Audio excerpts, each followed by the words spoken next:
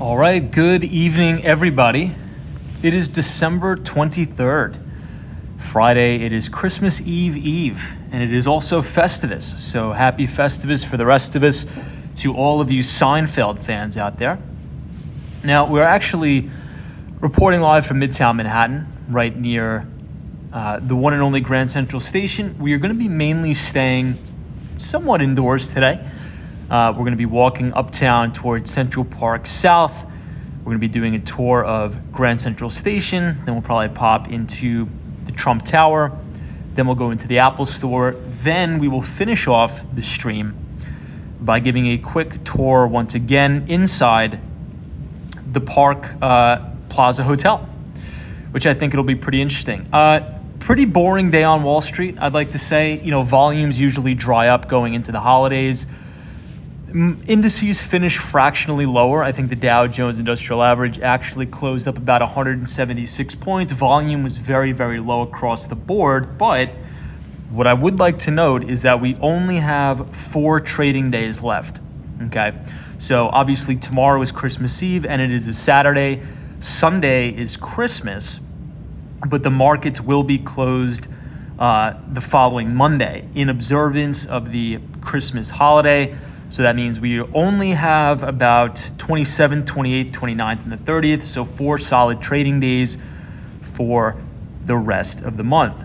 Now, if we take a quick peek at the major equity indices, the Dow Jones Industrial Average is actually sitting above its 50-week moving average, which is, I guess you could say, quite promising, but things are not looking too good. The S&P 500, we are in a very, very steep downtrend with the equity indice well below its 50-week, but sitting above its 200-week, or sitting above its 200-week, which is pretty good. I think we have more selling to work through here, especially as we go into 2023. But let's take a look at the NASDAQ 100 futures, ticker symbol NQ. That is looking in the worst shape. Well below its 200-week and its 50-week, trading at a 52-week low. So let's go ahead and close up the laptop, everybody. We will head out. And I just want to wish everybody once again a very, very Merry Christmas Eve and Happy Festivus. So give us one moment and we will get started on the stream.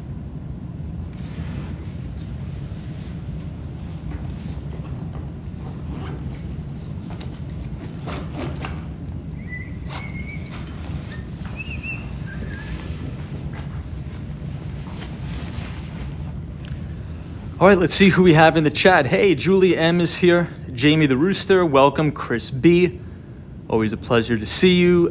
British Gray, Vinny Castellano, the one and only GS, Lena Sandoval, welcome everybody. James Tiger is here. Tom Barry, Ryan Beck, good to see you. So here's, this is what the WeWork office looks like right near Grand Central Station. I'll give you guys a quick tour. I know some of you guys like seeing it. So this is sort of the lounge area here. And then you move over into the kitchen, which is really nice. Hey, Samantha J is here. What's up? Billy Johnson, good to see everybody. Austin City Limits. Everybody, please stay warm. We got this bomb cyclone thing. Here is the kitchen. So in every single WeWork office, you have a fully stocked kitchen. And it's pretty nice because you could actually bring your own things if you label them. They won't take it. And they clean out the fridge every Friday, so everything is nice and fresh. You have coffee here, tea, 24/7, 365. You can cook your own food. And then you have your coffee bar here with all of your almond milks and whatever kind of milks you want. So not too bad. But team, let's head out. It's going to be a very quiet and relaxing night on the stream. I think we've earned it. We've worked very, very hard this year. Now, hold that thought. This is my favorite thing in the office. Check this out. It's a floating pencil case. How cool is that? It's my favorite thing. We are going to be talking about Tesla a little bit. We're also going to be talking about some precious metals, rare earths, one of which being cobalt. I think it's very important to talk about that, especially that cobalt is going to be a big important part into pretty much all of the main EVs, autonomous driving, and any type of cell phone, tablet. And right now, as we've been talking about in the live stream, it's being mined very unethically.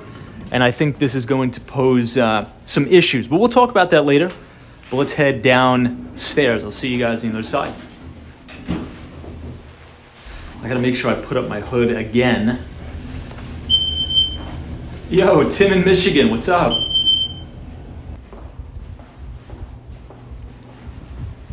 Have a good night. Okay. Question.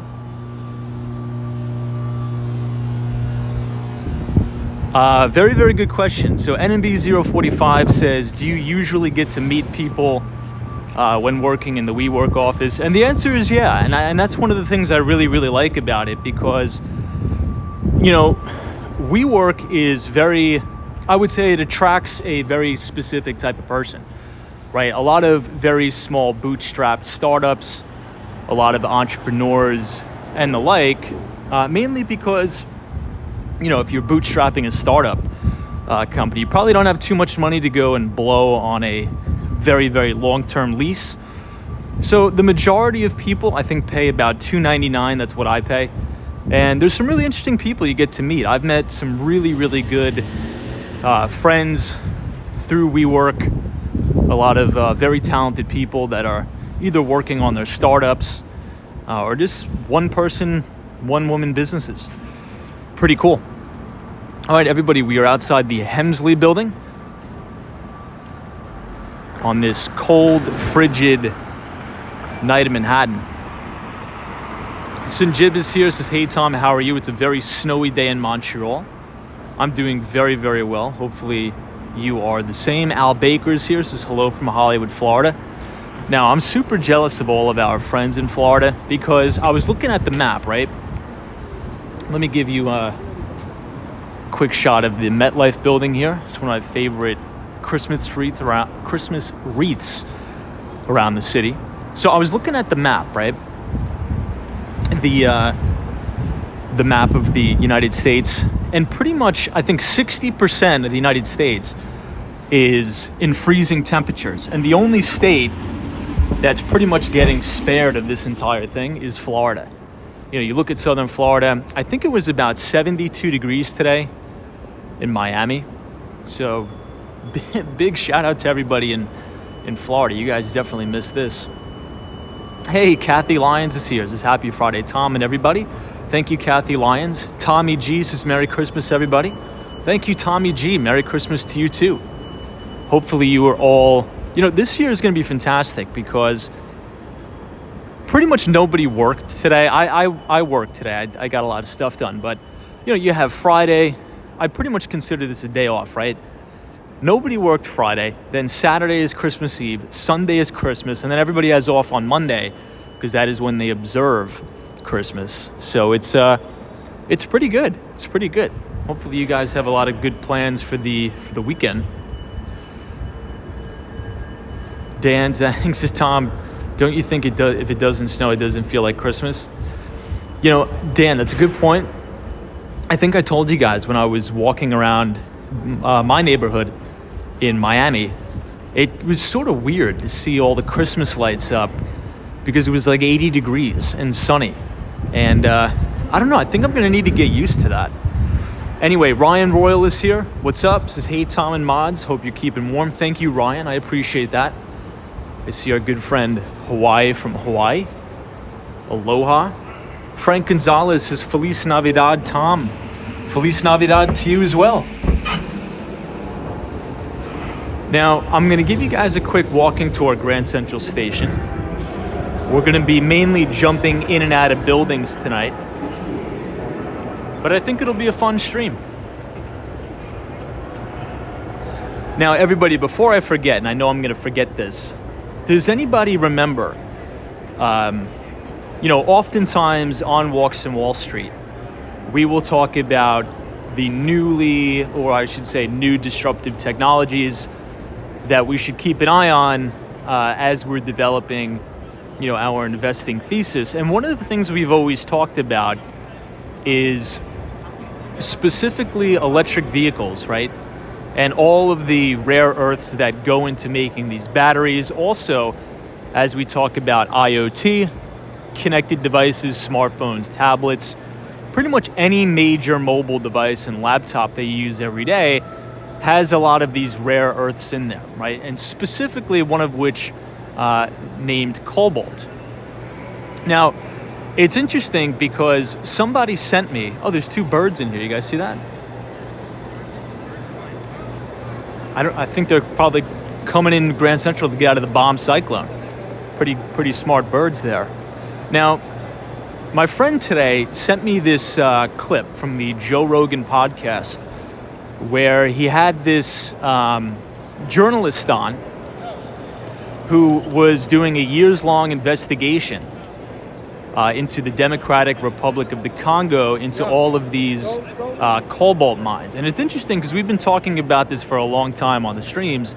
So if you type !cobalt in the chat, take 15 minutes and listen to what this guy has to say, because it's kind of unfortunate that I think 80% of all of the world's cobalt is located in the Democratic Republic of the Congo, but the problem is they're actually using very, very egregious slave labor and even child labor to mine these rare earths to sell them to the West and these big tech companies.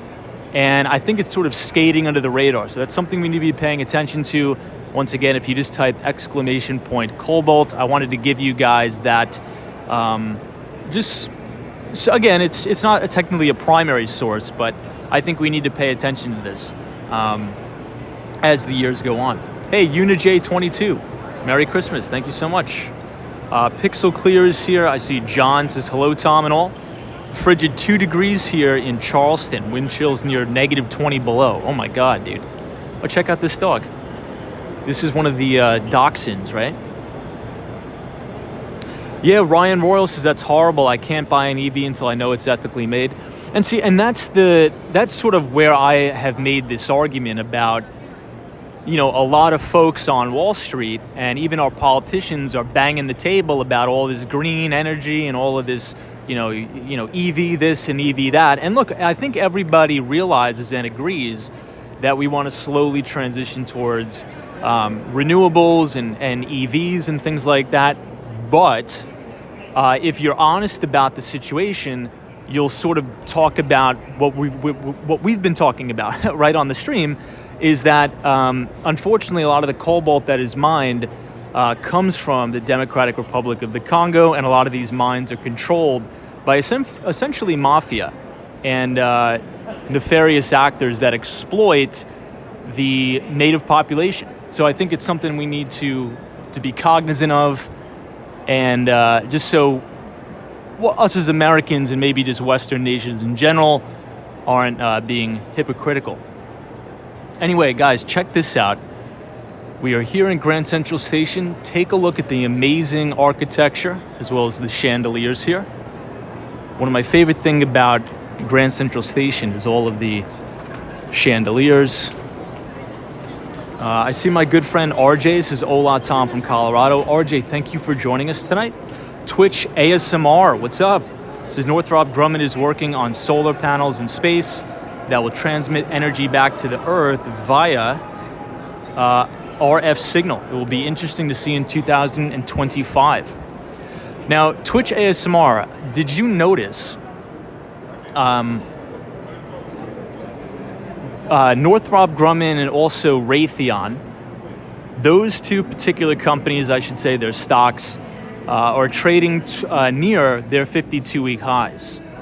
Now, they got a big bid, and they've essentially sold off with the general market, but they got a big bid last week running up into this big Ukraine package.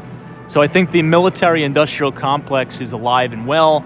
And if you've noticed, look at all of the government contractors, those big, I would say military type stocks, defense stocks. They've actually been performing quite well. So it's interesting you bring that up. Hey, War Walker, good to see you. Thank you for being here. Toby Sanchez says, hello, Tom. Merry Christmas Eve Eve. Merry Christmas Eve Eve for you too. Sparks Carnival says, consumer sentiment from University of Michigan was strong today. It was very strong today, which I guess is good news. But then that may also be bad news, may signal complacency. But I did see that as well. What do you make of that, Sparks Carnival, by the way? What do you make of the better than expected consumer sentiment reading today? Now, I do want to point out, if you're ever in Grand Central, actually, I'll show you guys. I'll walk up the stairs. Unfortunately, we can't physically go in there.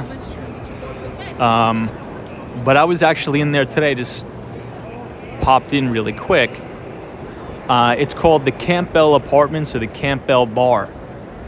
It's probably one of the most unique and interesting as well as beautiful, I would say, a bar in New York City. And you don't necessarily need to go there to drink alcohol. They serve food and all other types of things as well. But take my advice. If you're new to New York, or even if you are a New Yorker, stop by. Here's how you get there, okay? You're gonna walk straight through those doors in the back, go up the stairs, 2 flights of stairs, and the Campbell Bar sits right here. It's absolutely beautiful. Google it. I think you guys will enjoy it. If I could give you a walking tour of the inside, I would. But unfortunately, they do not allow filming. So I'm just going to have to leave it up to your imagination. Jay Bear is here. What's up? L the Original. Good to see you. L, yeah, we're in Grand Central tonight. We're going to try to avoid the outside as much as possible because it's pretty cold. Pretty cold. Jay says, good evening. Welcome. Good to see you, Jay. Doing very well. William Brooklyn is here. Nicholas Dura says, Tom, I heard that Grand Central is expanding. It's an $11 billion project by the state government. Well, I think maybe what you're referring to is the East Side Access Project, which I actually support. Now, the MTA has been promising us this East Side Access Project for like 14 years, and supposedly it actually just opened, well, at least the majority of it did. So for all of those Long Islanders out there, such as myself, you will now be able to take the Long Island Railroad right here, Grand Central Station. Now, a lot of people didn't realize you couldn't do that before, but it's true. You can't take the Long Island Railroad to Grand Central Station. You can only get the Metro North, which will take you upstate New York, obviously. If you want to get the Long Island Railroad for now, you have to go to Penn Station, Pennsylvania Station, or the Moynihan train station, which sits on 34th Street in between 7th and 8th Avenues there in Midtown. Greg Schultz says, evening, Tom and pals. What's up, Greg? Now, let's see if the internet holds up. I'm going to take you guys downstairs to the food court. We'll see if it works. If not, we'll head on out of here. Ren 1018 says, Tom, can't believe you are walking in this weather. Ren 1018, good to see you, my friend. Thank you for joining us. Now, here's the Apple store up here. And we've been talking about Apple specifically because I believe that is the one stock that is really propping up this market. Now, as we've been talking about potential capitulation circumstances and effects for the market, I don't think that is going to happen, or that's going to be the case unless we have one of those big companies like Apple really crack. We've seen Alphabet crack. We've seen Netflix get bombed. Meta has gotten absolutely destroyed. And the last general standing is Apple. But it's sitting right at its 52-week low, living below the 50 and the 200-day. I think it's only a matter of time before that stock gets smacked. Here we are at the food court in Grand Central Station. You have the Shake Shack here. But I actually want to show you guys around Luke's Lobster. It's a pretty good place, but it's very, very overpriced. I actually went to Luke's Lobster tonight for dinner. I thought, you know what the hell? It's the holidays. I could spend a little bit of money. Joe Coffee is pretty good. Not the best, but pretty good. Yeah, Greg Schultz says, Tom, the stream is holding very nicely downstairs. I'm surprised. I'm very surprised. Usually we don't get internet down here.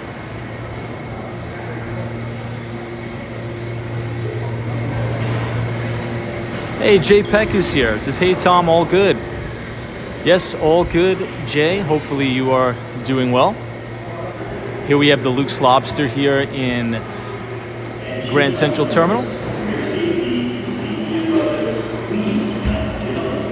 Now, Luke's Lobster is really good, but it's pretty expensive. I think for one lobster roll, it was $36. I'll try to show you guys some of the prices here.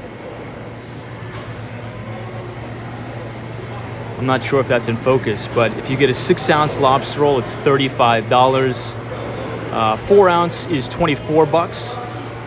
6-ounce crab roll is $25. So I mean, just imagine going there with like a family of 5. You're definitely probably going to pay right around $200. Pretty expensive. Pretty expensive now that we're talking about inflation and other things. Ren 1018 says $36. So if you guys were to guess, what would you have guessed is an appropriate amount for a regular lobster roll? What would you guys have said?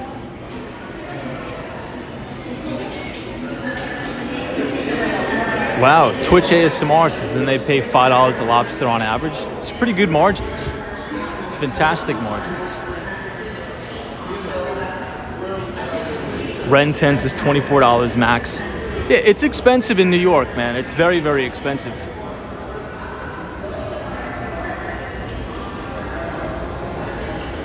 Hey, Ted C says $20. Hey, Hello Mate 2008 is here. Good to see you. Pixelogic says, hey Tom, glad to see you indoors. Good to see you, Pixelogic. Happy holidays, Merry Christmas to you.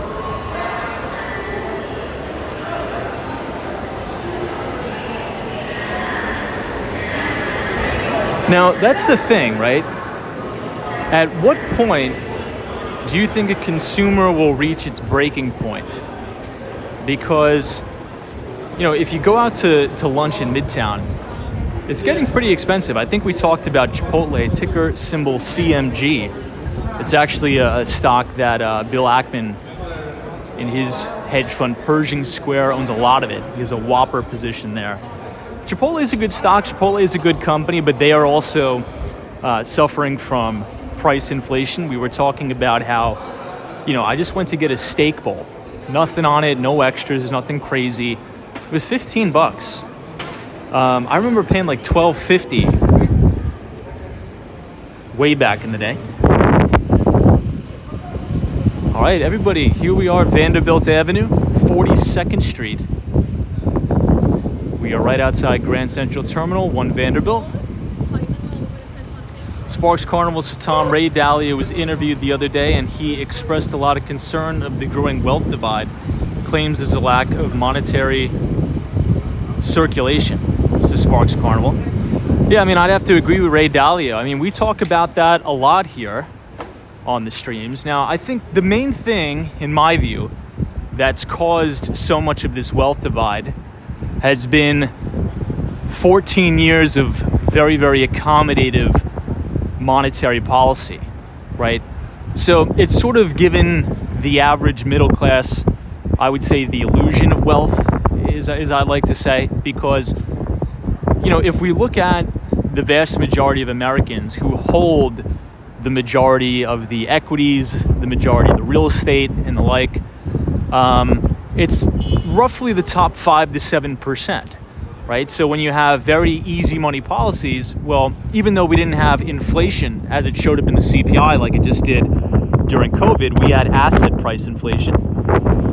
And the vast majority of people who own those assets that are being inflated, as you guessed it, very wealthy individuals.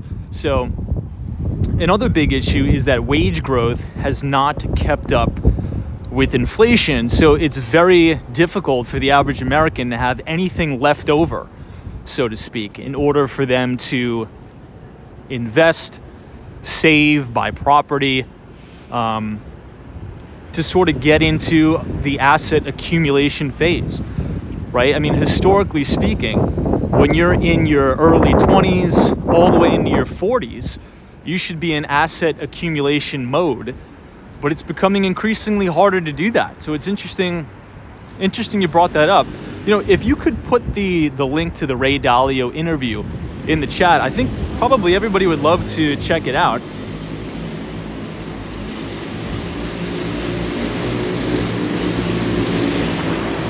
Ken Glass says your wind mic is not working that good. We don't have a wind mic.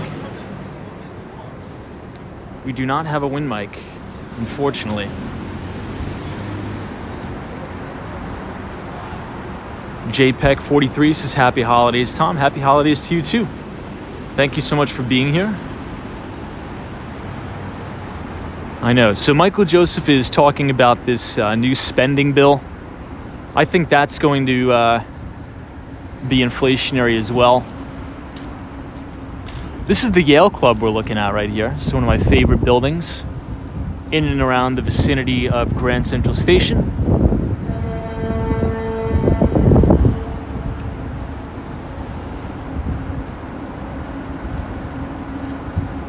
Hey, Buy the Book is here. Good to see you. Thanks so much.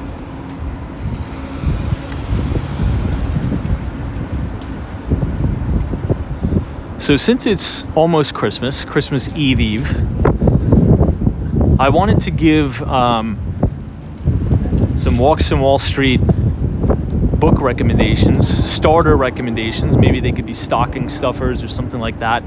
Maybe you want to read it yourself, give it to your kids. And I was thinking about it because I wanted to whittle it down to 3. I didn't want to throw a book out there that's too advanced. I didn't want to throw a book out there that would get people confused. Oh, this is really nice in here. Look at the environment. Really, really nice place here. It looks very warm in there, doesn't it? So I think the number one book that I would recommend for beginners, right? If you don't know anything about the market, if you're just trying to get a general sense, a general overview about it, I was thinking about it and I've come to the conclusion that it's probably a book by, let me make the light here. We got 2 seconds. I think we'll just make it as we're approaching the brand new JP Morgan Chase headquarters that should be built in 2024. Now, that particular book is called Common Sense Investing by John Bogle or Jack Bogle. So once again, Common Sense Investing by Jack Bogle. Now this is an advanced book on portfolio management, right? This is essentially a book that talks about the general market mechanics. This looks like a pretty good pizza shop. You can see the guys making the pizza in the window. Hey, Susan Wolin, thank you so much. She says, Merry Christmas, Tom and Mods. Thank you so much. I appreciate that very, very much. Merry Christmas, happy holidays to you as well. Wishing you a very fantastic weekend with you and your family. But this book will really just give you the general overview of how the market works, what is a stock, and more specifically, what is an index fund. So a lot of the times we talk about the major equity indices on the stream, such as the S&P 500, the NASDAQ, and the Dow Industrials, which is made up of 30 particular stocks. Now, John Bogle, hold on, let me actually go over to the side here. You could see a really nice view. This is going to be the brand new JP Morgan Chase headquarters right here.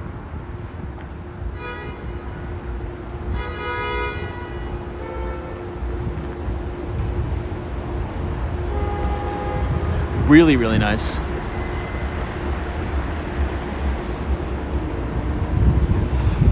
Now, it's going to be all about Jack Bogle has a theory, and I think he was, I think either Jack Bogle or Warren Buffett, either of those two, have probably done more for the individual investor on Wall Street than anybody. They have single-handedly driven down the egregious management fees. Oh, this is a nice menorah here.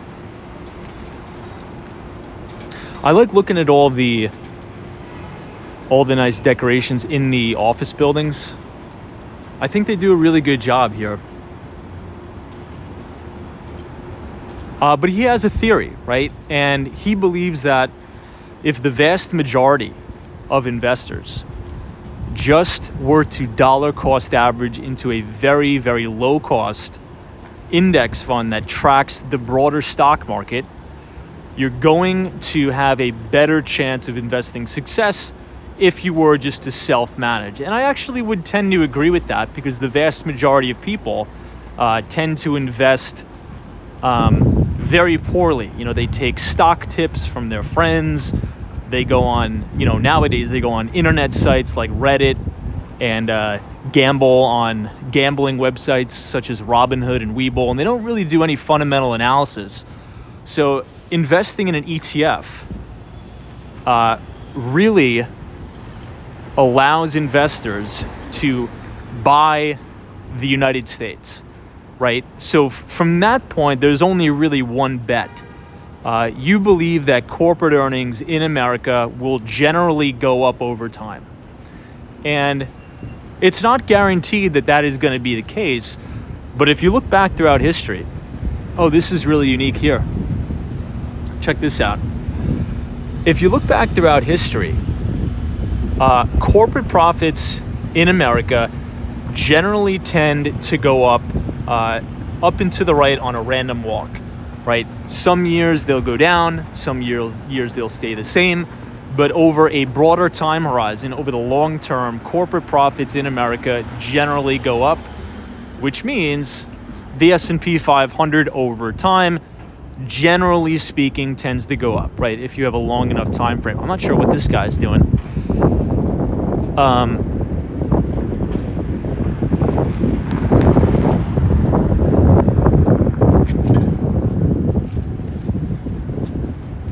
right. So yeah, that's the first book I would recommend. It's called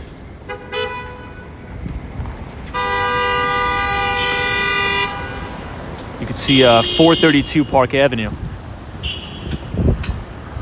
This guy's still blocking the street. I hope he's all right. Maybe he's just goofing around. Yeah, it's called Common Sense Investing by Jack Bogle.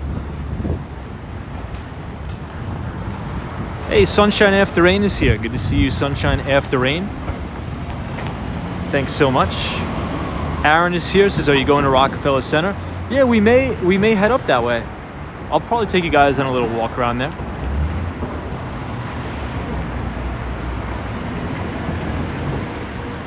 Michael Joseph says, especially now, we have to be close to the bottom.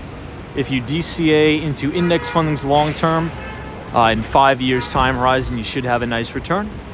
Yeah, I mean, in theory, that's the case, right? So that's what many argue, because, you know, it's a really good point. I would like to direct everybody's attention also. I really wish I would have linked this in the Nightbot, but if you go online on YouTube or something like that and just type in Peter Lynch, MSNBC or C-SPAN, Peter Lynch was giving an interview or a speech, however you want to call it, on C-SPAN, and he says repeatedly, he's like, guys, you know, stocks are not lottery tickets, okay? And behind every particular stock is a functioning company.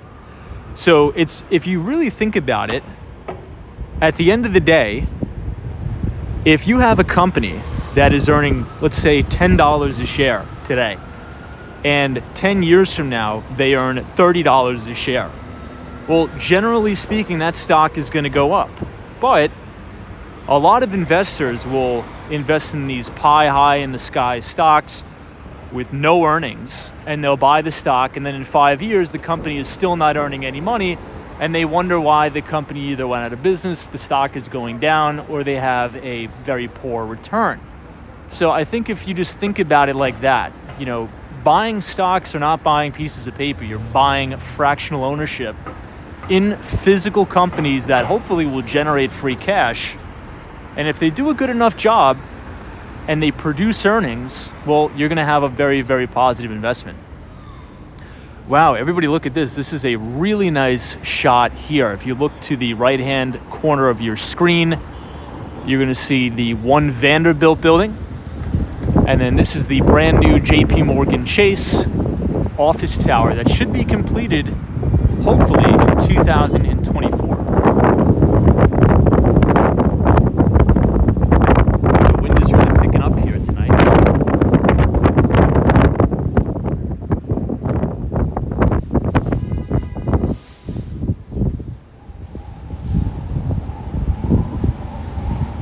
Kelsick says, seems like most don't hold on to stocks for the long term. Yeah, I mean, I think if you study market psychology, the vast majority of people, people have short attention spans, right? And they just want the action. It's sort of like they're in a casino, right? They want to buy the GameStop, they want to buy the memes or the dog coin, the Doge or whatever. And it's all nonsense over time, and you're starting to see all of this unwind.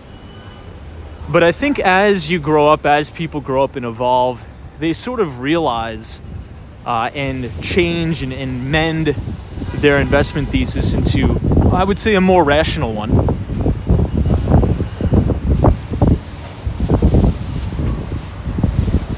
Hey, Aaron is here. What's up? This is, hey Tom, what is the temperature in New York City? And what does it feel like? I think it's probably about 20 degrees Fahrenheit here in New York. It's not too bad out, actually. I actually think that last night was worse, and it was actually way warmer. It's not bad. It's actually a pretty nice night.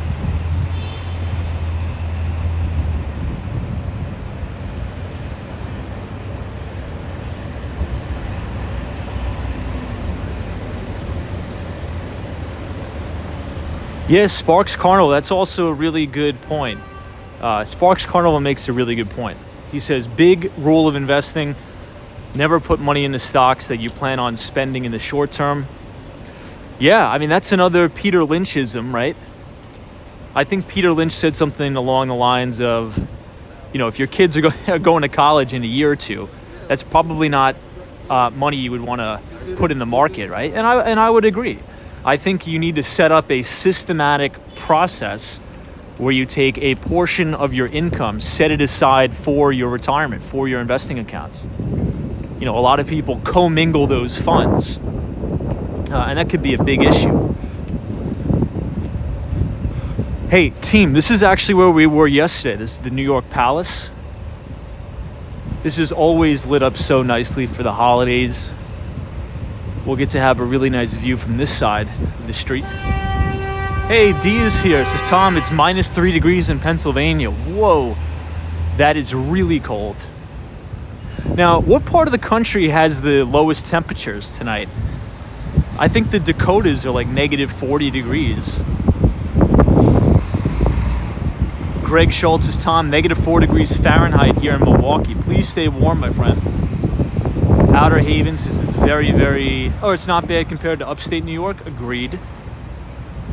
It's not that bad in New York, honestly. I mean, the city, I'm talking about Manhattan, it wasn't too bad. Now, here's what I will say for those Long Islanders in the chat. If you look at South Shore, Long Island, near the canals, Massapequa Shores, we actually got some pretty bad flooding today, like really bad. Now, here's my concern with that.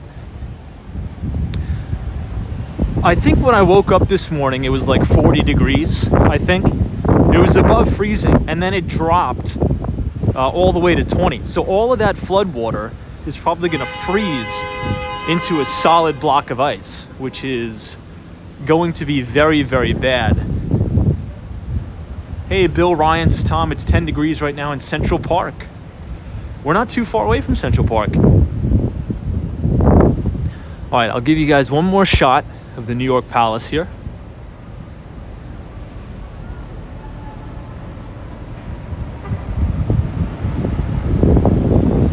They always do a really nice job here.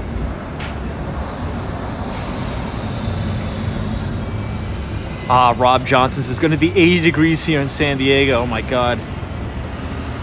Too lucky, man. Super jealous. Hey, Ryan Beck, what's up? Just not here. I think the lowest they got today in Dallas was 13-ish with the negative wind chill. Oh my God. James, what's up? This is Tom. The storm in Montreal is terrible right now. Hunker down, stay safe. Please. Now, you know what I saw on Twitter the other day? I don't know why the algorithm served me up this post, but it was this gentleman who was working in the Permian Basin, I think, on the oil rigs. And if you go to my Twitter page, you'll see it. If you follow @WalksWallStreet, it was this guy, and he was working outside on the oil rigs, right? And literally, I'm not even lying, his face was frozen. His helmet was frozen solid to his head.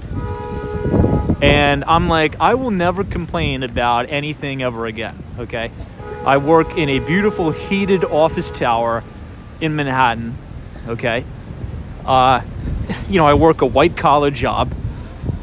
And I'm like these guys, there's guys out there, the linesmen, the iron workers, the oil rig workers that are out in these crazy temperatures all day doing actual manual labor. Like, I have nothing to complain about. And if anything, I need to develop more mental toughness. I mean, it was just a crazy picture. You guys got to look at it. It's almost surreal. Like, the guys, I should say gentlemen's, to be respectful, not guy, but the gentleman's helmet is literally frozen solid to his head. It's crazy. Crazy.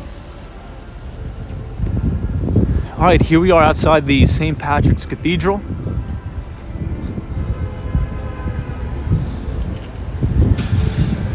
Wow, Oscars is 71 degrees in Puerto Rico. That's beautiful. Beautiful, man. Hello, May 2008, says Tom. It's a blizzard in Buffalo right now. I don't know how you guys do it with all that snow. That's too much. Buffalo, New York is too much for the snow, my friend.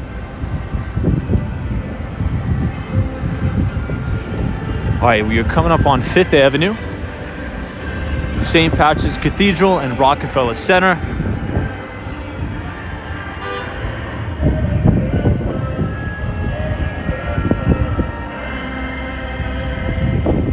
I know, James, I think that very often. Super blessed to be at my desk. I sort of put that in perspective every time I'm having a bad day at work. It's like, listen, pal, my job isn't that hard. You're in Manhattan, you're in beautiful New York, heated office space, you have coffee, tea, whatever you want. It's like, stop being a little kid. That's what I tell myself. Hey, Robert Hickman, what's up? Says, hey, Tom, Nashville yesterday dropped to 53 degrees to 5 degrees. Holy crap. In 3 hours. Dude, I'm surprised people's pipes aren't bursting. I mean, with that temperature drop there, I mean, the pipes can burst.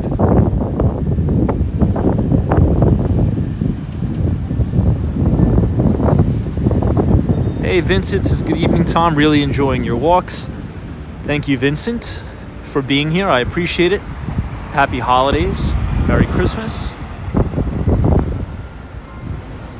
Now, we're here on 5th Avenue. For those of you who are just joining, there's going to be really no set topic of discussion for tonight. I think we earned our keep this year, so we're going to kind of hang out. But I do want to bring your attention to one thing that we briefly talked about, which was the cobalt mining. So if you type !cobalt in the chat, it's going to drop a very interesting clip from the Joe Rogan podcast about the atrocities in cobalt mining. And it's funny that the podcast is just talking about it now, because we've been talking about it for like a year and a half on this stream. And that has been one of my biggest concerns, is that, hey, look, if you think about a smartphone, a tablet, a computer, really anything, especially EVs and batteries, well, cobalt is a main factor that goes into building all of those things. So if we're mining the cobalt unethically and exploiting these workers overseas, that's a big problem. So just wanted to bring that to your attention real quick. But you know what? Since it's almost Christmas, let me give you guys a shot of the Christmas tree, and then we're gonna head up to it. Maybe we'll duck into the Trump Tower just to get warm.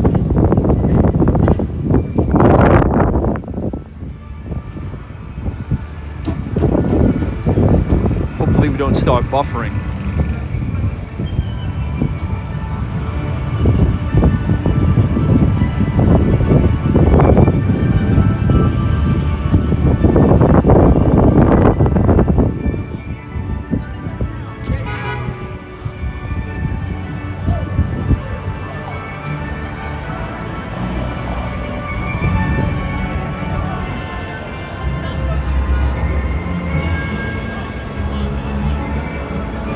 Wow, this is a really nice view here.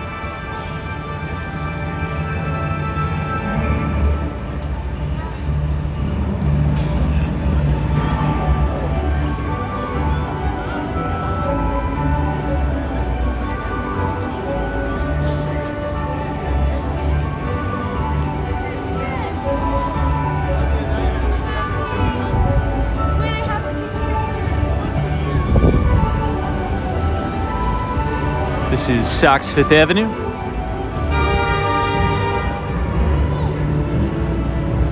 But if you guys are enjoying the live stream so far tonight, feel free to leave a like on the video and hit the subscribe button if you're new. We usually do these walks around 5 days a week between New York City and Miami, and we would love for you guys to join us. I'll give you one more shot of the St. Patrick's Cathedral here.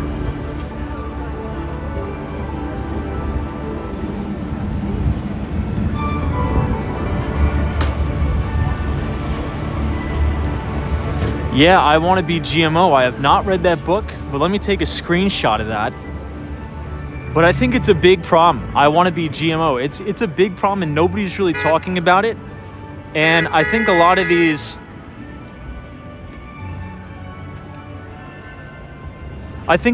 politicians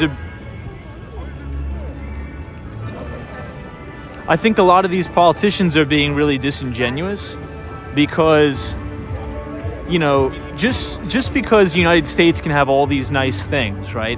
Smartphone, tablets, computers, you know, EVs, clean battery energy, wind, solar, you get the picture. But it's sort of like a smoke and mirrors, because where are you getting all the rare earths to build all these products?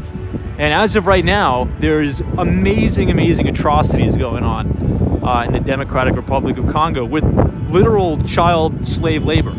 So it's nobody's talking about it, but we've been talking about it here on the channel for, I don't know, over a year. Wow, look at how beautiful this looks. Amazing. Hey, Abdullah's here. What's up, Abdullah? Welcome. Mike Hokie is here from Boston. Good to see you, Mike. Nicole is here. What's up, Nicole? Thank you for joining us. Zazo, welcome. Dusty Cole, my friend. What's up, Dusty? Merry Christmas to you and your family. Happy holidays.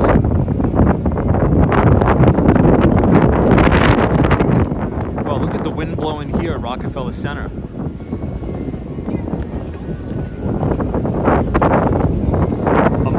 Merry Christmas, Tom and team from Trinidad. Thank you so much for joining us tonight.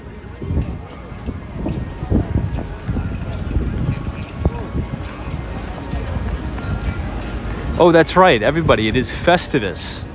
So the day before Christmas Eve. Is everybody else coming? It technically is Festivus. So happy Festivus for the rest of us. For all of those Seinfeld fans out there.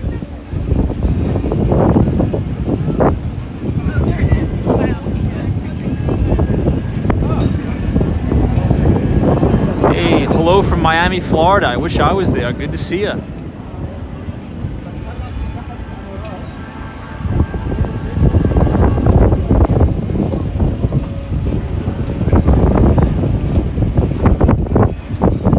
Hey, Manny Explores. Merry Christmas, my friend. Thank you for being here. Hopefully your weekend is going to be fantastic. Merry Christmas to you. Whoa, everybody, check out that wind here. Crazy. I'm not really feeling the wind here, but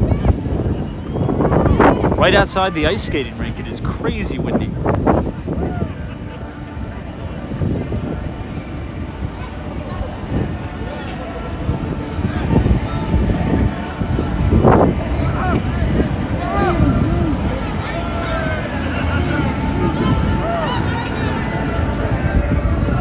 All right, let's continue on our walk up Fifth Avenue.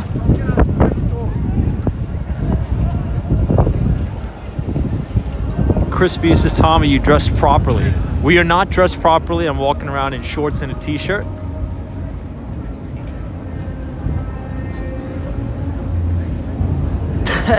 Yeah, Sabrina Ferris is when are the airing of grievances for Festivus? I think that's probably one of the best Seinfeld episodes ever. Debatable. I'm trying to think of my favorite Seinfeld episodes. That's definitely got to be up there.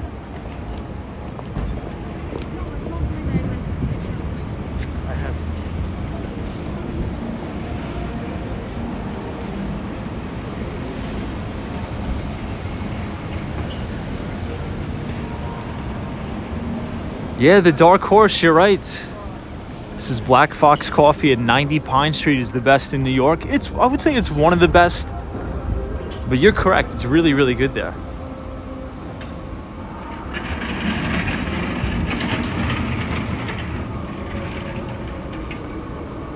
Ed teases, your shorts are frozen.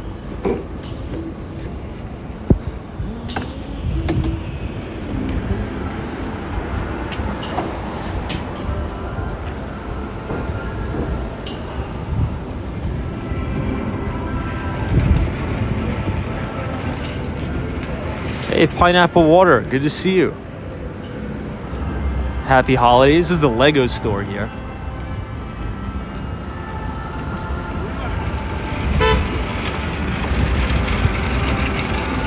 I know, Brad's brain, you're right.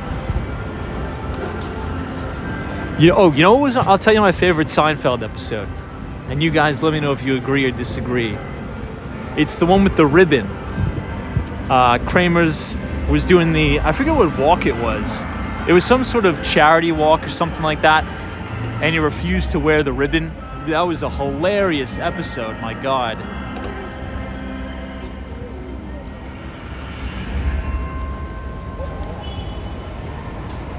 What was the ribbon for? Like a heart walk? I forget. Twitch ASMR says, Tom, how many famous people have you ran into on the street? Not really any, to be quite honest. I've not really ran into any. I mean, speaking of Seinfeld, I mean, his garage used to be right next to where I used to work, but I don't know.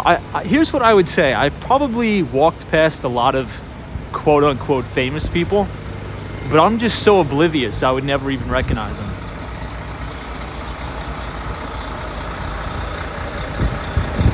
Everybody, this is the Cartier store here. Really, really beautiful. Oh yeah, that's right. Mike C, we did see Hugh Jackman. I remember. You're right. Hey, John Martin, thank you so much for the $2 donation. I'm trying to read the comment. It says, are you the master of your domain? Thank you so much. Oh, it was the AIDS walk, Life, Liberty, and Guns. You're right. They're like, you're not wearing the ribbon? What are you, you're not against AIDS? That was the hilarious episode, man. I'm kind of upset that Seinfeld's not really on anymore.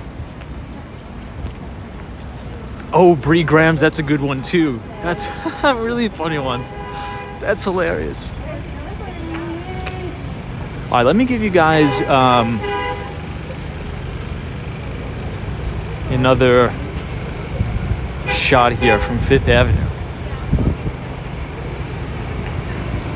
But Chris Beeman, What's the temperature like in your neck of the woods over there in Arizona? It should probably still be pretty warm, right? The Soup Nazi episode was very funny as well.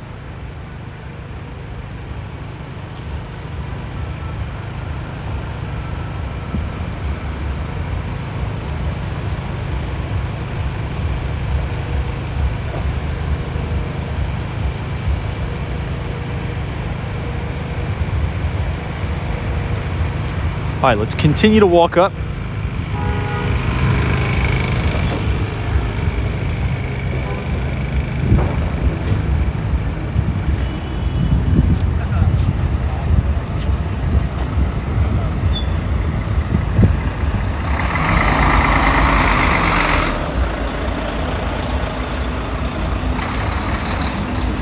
We have a snowplow out, but I'm not really sure we're expecting any snow.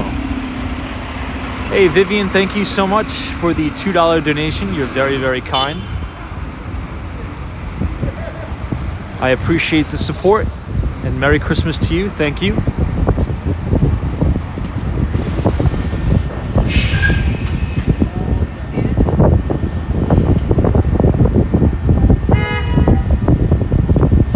Vladimir, I have not heard about that particular stock, but here's one thing I will say, all right?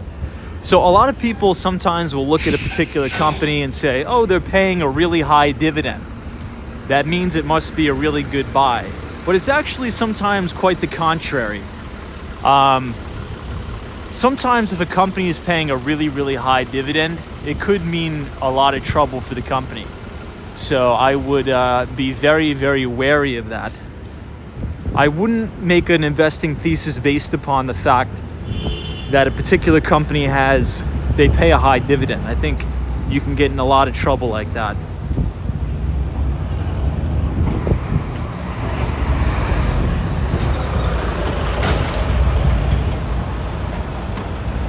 Okay, we are passing St. Thomas Church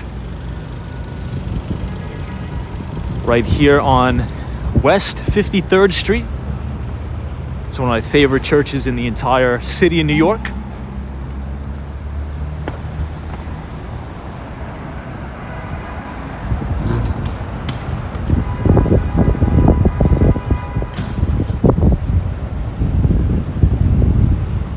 Oh yeah, number 2, Twitch ASMR. Thank you so much. I forgot. So the number 1 book I recommend for beginners was Jack Bogle's or John Bogle's Common Sense Investing. But number 2 is another very easy to read, right? So again, this is the beginner stuff. So very easy to read, very easy to understand. And that is Common Stocks and Uncommon Profits by Phil Fisher. I think that is a general, very easy to read, basic investing book that'll sort of give you the specific characteristics of appropriate investments to look for, right? So it focuses mainly on the fundamentals, because I think here's something I really truly believe. When a lot of retail novice investors just start getting started, the first thing they punch into Google is, how to invest, and then it brings up a lot of nonsense, such as, basic technical analysis, and retail traders will make the big mistake of generating ideas for investments based on technicals alone, right? Based on technical analysis. And that is the biggest retail rookie mistake you can ever make, okay? Your investing thesis should be about 70% fundamental based, and the remainder should be technicals for timing and entry.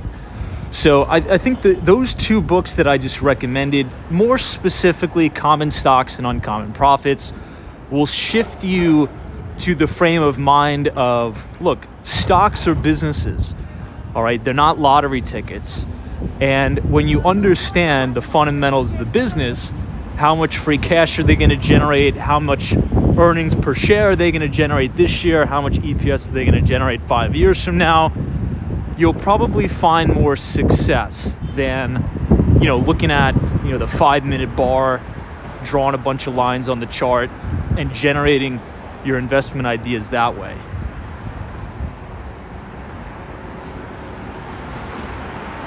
Here we have Carlton Fine Arts.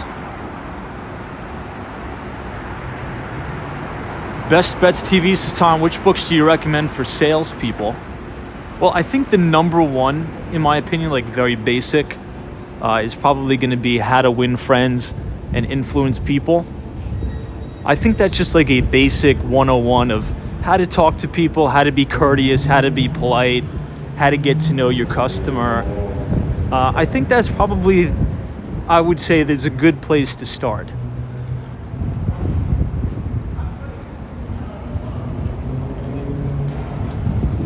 Now, I think another thing I would say, as it relates to sales in general, I think a lot of people, when they first get started, they try to, make it all about, what do I say? Is there like any tips and tricks to be good at it? But at the end of the day, it's just talking to people with respect, right? And being sort of normal. And it may sound crazy, but it's true. Just come off as you're a genuine, normal person and be able to hold a conversation and not be, I would say, socially inept, maybe. And I know it sounds like very obvious advice, but I think people would be surprised. I mean,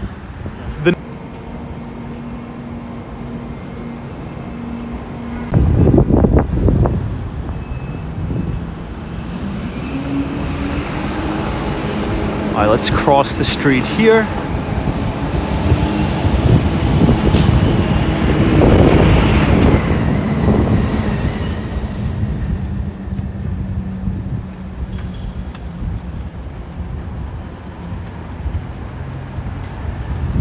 Let's see if we can still go in the Trump Tower here. Let's see if it's still open. Oh, I think it is. Ooh, we could warm up, thank God.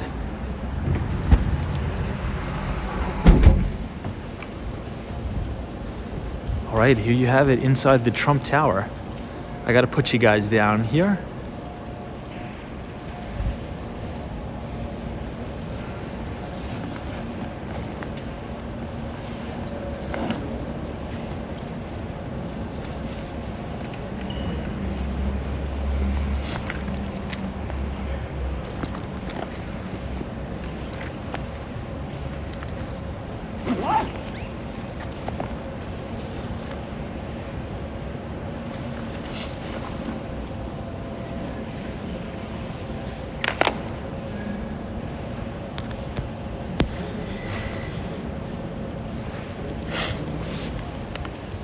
I have to plug in the external battery because it's so cold out today.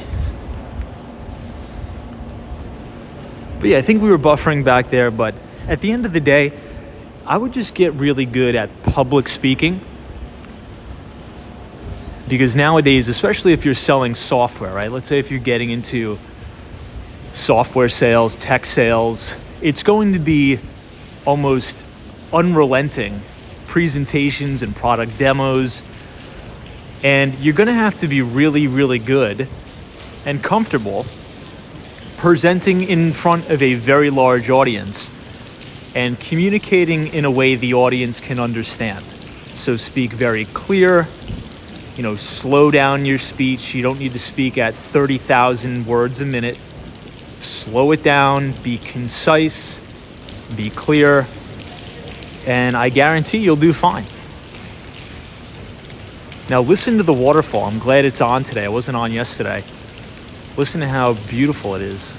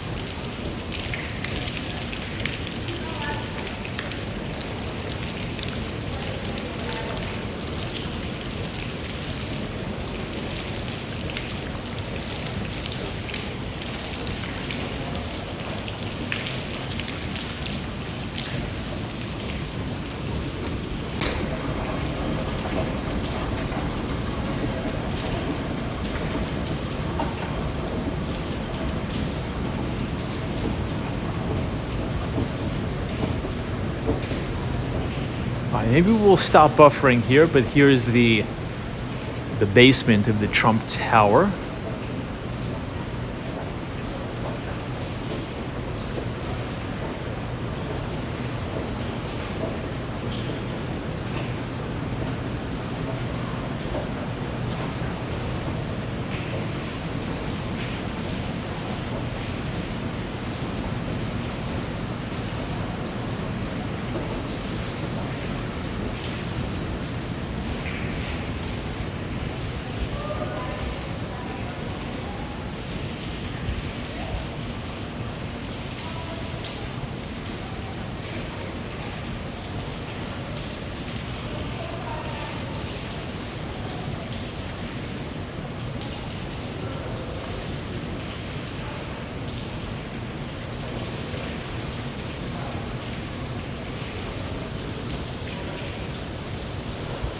And then here is the grill down here.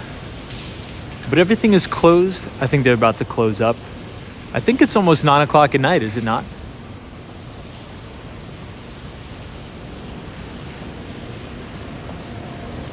All right, let's head back upstairs, back outside. Hey, TC, good to see you. Oh, it's almost 10 p.m. now. Wow.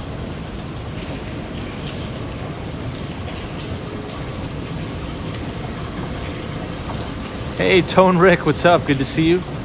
Thank you for joining us.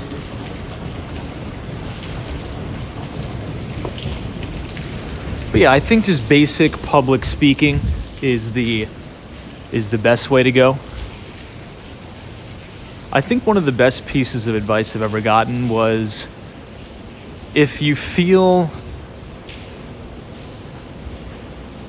sort of anxious about doing something, that's the exact thing that you should probably be doing. And many people, think about back to your college days, giving a presentation in front of a lot of people. It doesn't really feel comfortable to do that, right? But the appropriate thing to do is to actually lean into that and do it as much as possible, because sooner rather than later, it's going to come second nature, and you'll be able to talk in front of a room full of people like it's nothing. You'll be able to give presentations in front of C-level executives like it's nothing at all.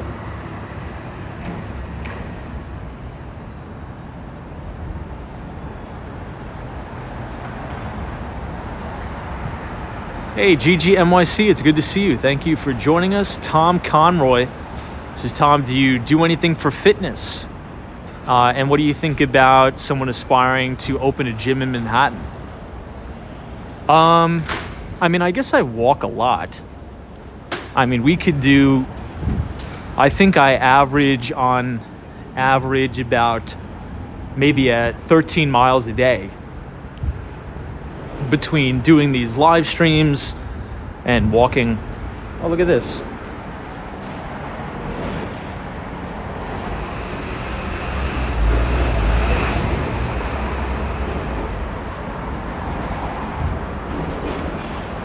I think I may keep that, actually.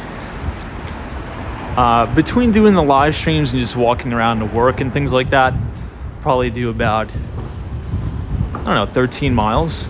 But if you want to open up a gym in Manhattan, I think that's really cool. I think your biggest expense is probably just going to be the rent. I don't know. I would really find your niche. What is going to attract clients and customers to your gym? What is your edge, so to speak? So I think maybe focus on finding your edge. I don't really know too much about opening gyms, but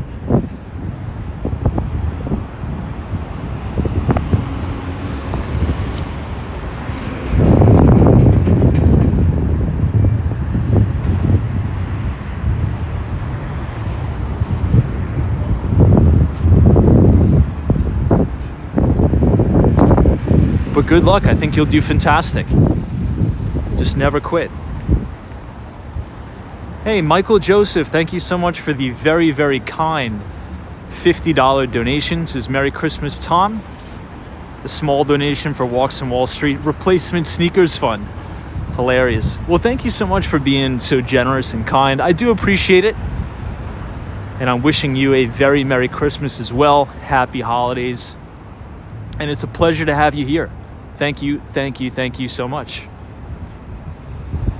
for your kind, generous support. We appreciate it.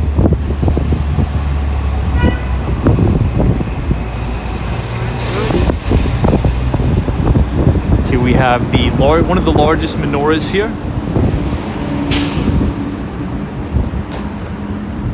Outside the Plaza Hotel.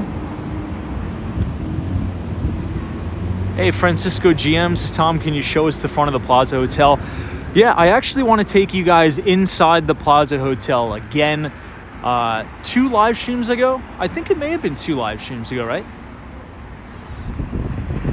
I don't know. I think it was either 2 or 3 days ago. I think we went in. But since it's so chilly out, I think I'll take you guys in there again.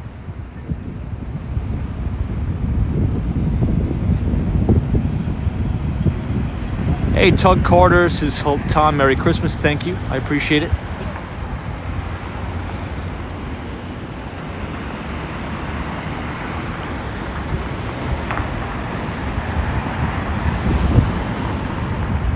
But we are also right near the Apple Store. And since it is so cold, we are going to go in there again. Just to take you guys inside, warm you guys up. But yeah, once again, Michael Joseph, thank you so much. Very, very kind. And thank you for supporting. Oh, the wind. Thank you for supporting our work. Appreciate it. Now, if we remember correctly about Apple, last earnings quarter, they would have had double-digit sales growth if it wasn't for the strong US dollar. Now, the Dixie, which is ticker symbol DXY, which is an indice that tracks the dollar's relative strength against a basket of all foreign currencies, is actually declining. Hey, Faith Finds Fashion, thank you so much for your very, very kind $20 donation. This is fan characters sending hearts with their hands.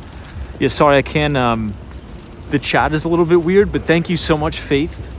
I'm trying to read all the comments, but Faith, thank you so much for your very, very kind and generous support. And once again, happy holidays and Merry Christmas to you as well. Here we're gonna go down into the Apple Store. This is the side entrance. Not a lot of people know about it, except me and these 4 other people. Thank you. Thank you so much. Thank you. Oh my gosh, that handle was freezing.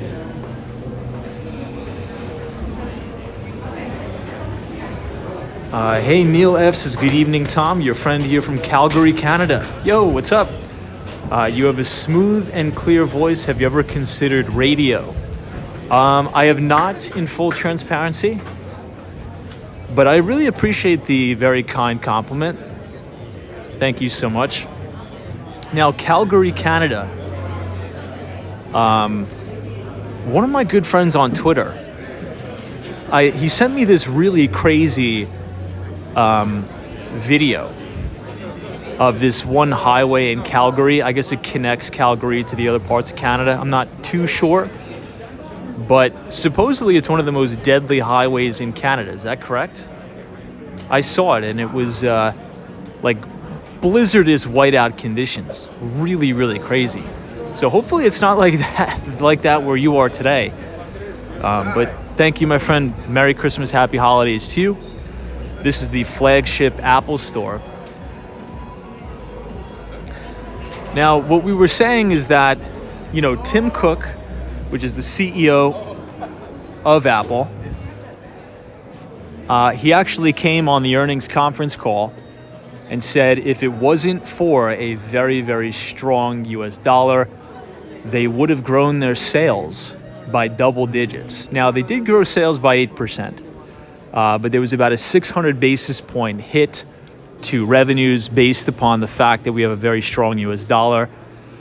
But the good news is the Dixie is actually declining, cracking below its 50 and 200-day moving averages. Hey, FredX says, hey. And and stay warm.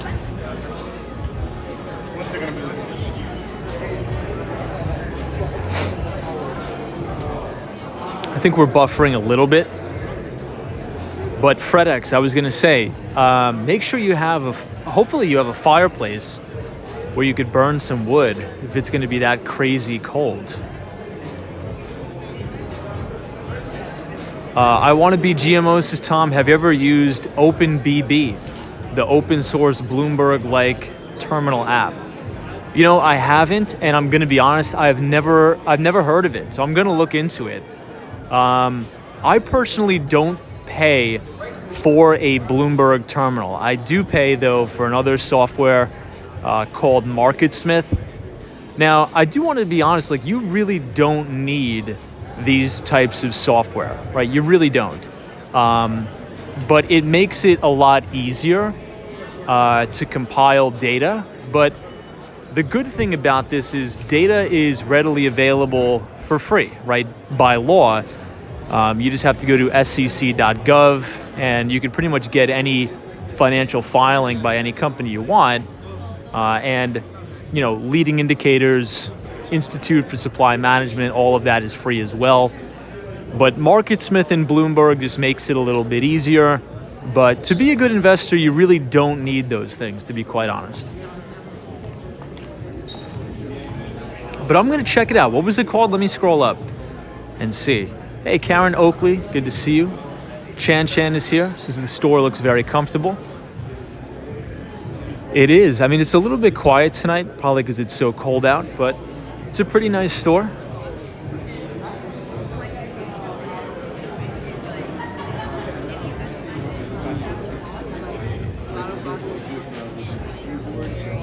Ed T says, yeah, a lot of sample phones. Now, this is the desktop I have. It's actually this exact one. I have the one with the M1 chip, and Apple's proprietary chip is insanely fast.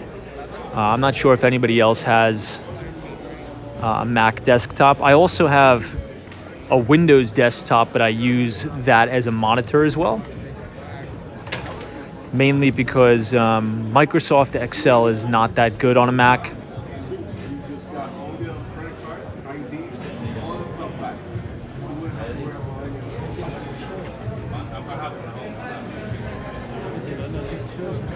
All right, let us head up and back towards. Oh, Dusty Cole says you finally set up your wood stove today. Love that.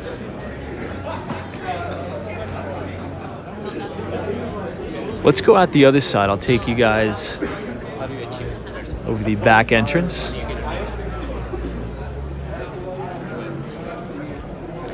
Now, notice how Apple is breaking into all of the fitness sort of industry. I wouldn't be surprised if Apple builds out their own proprietary sort of like healthcare software, especially as it relates to remote patient monitoring. I really wouldn't be surprised. They have all the infrastructure to do that. Now, the dominant, if you want to talk about like hospitals and things like that, the dominant healthcare software is a company called Epic. I have to work with them quite often. Hey, Mac Lovers says I have the same one too. It's a very nice computer. They're really good. They're really, really good. Hey, Ryan Royal, good to see you. Jackass says, Tom, have you looked into the ARM IPO that might come in 2023? So I'm trying to think. ARM, that's the semiconductor company formerly owned by SoftBank, right? Didn't SoftBank either sell that company or tried to sell it? I'm blanking on it. I forget. But ARM, if it's the one that I'm thinking about, is a British semiconductor company.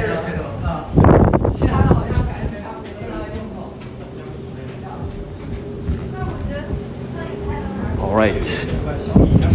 Team, man, that wind is strong.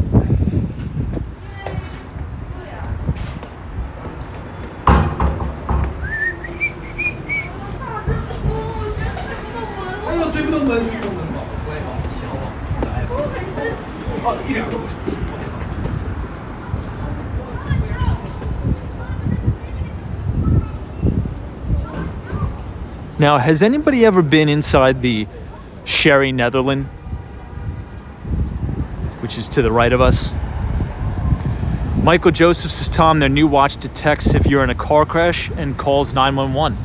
And it keeps triggering the alarm when people are on roller coasters and skateboards. I heard about that. That's crazy. So it's false. It's falsely calling 911. I think once they work out the bugs and the kicks in that, or the kinks in that, I should say, I think it's fine.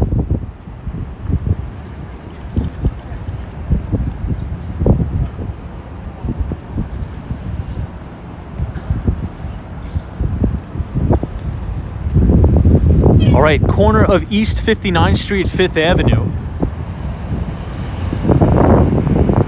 Hey, Cynthia Beal is joining us. Hey, Cynthia. Merry Christmas. Good to see you. But now we are going to head across the street and we are going to actually take a walking tour of the inside of the beautiful Plaza Hotel.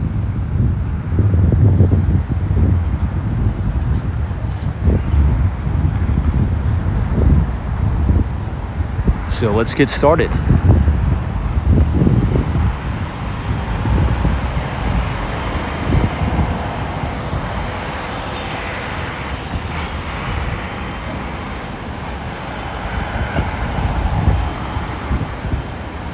Hey, Tom from Midtown says, I used to know some people who lived in the Sherry Netherland. Even the wood panel elevator is stunning, with the white gloved elevator operator no less. Yeah, it's really beautiful in there. Now, I wish we could go inside, but I kind of get the feeling they probably wouldn't appreciate us filming in there. So I'm probably not going to go in there, but the pictures are gorgeous. Really, really gorgeous in there. Hey, Richards, is great live stream tonight, Tom. Thank you for doing this. No problem. Thank you for coming out and hanging out with us on Christmas Eve and on Festivus.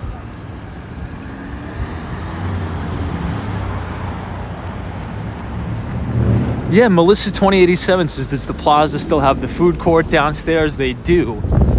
I think it may be closed. We'll try to go in. We'll see. I think it closes at 7 o'clock. I think.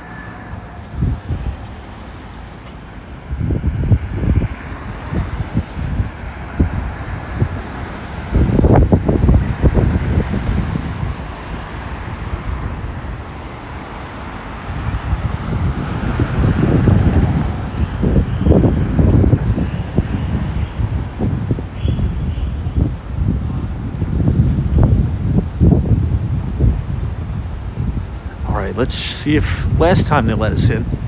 We'll see if we can go in again.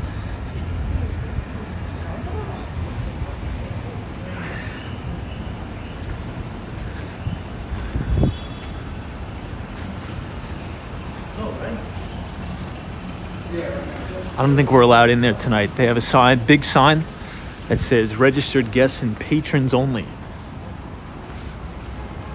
Which I think makes sense since it's around Christmas time. I'll try to give you guys a look inside here.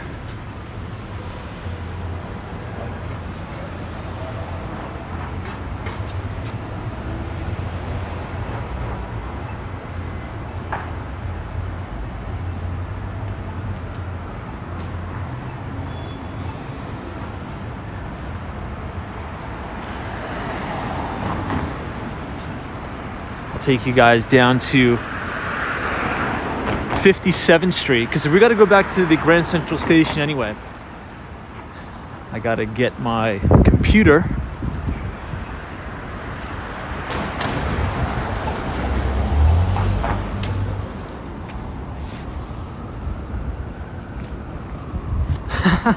Gunther's like, tell them you're a patron of warmth.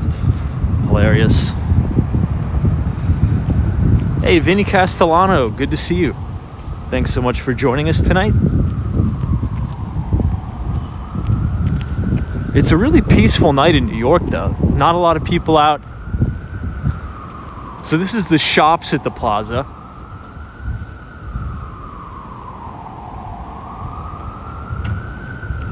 but that is closed for the night.